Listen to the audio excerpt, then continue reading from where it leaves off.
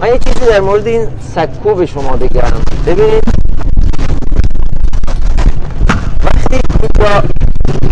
وقتی اینجا بچه ها جمع می شدن که فوتبال کنن و می باختن، یک تیم می باخت، تیم ها می باختن یا نوبتشون نشده، اینجا می نشستن و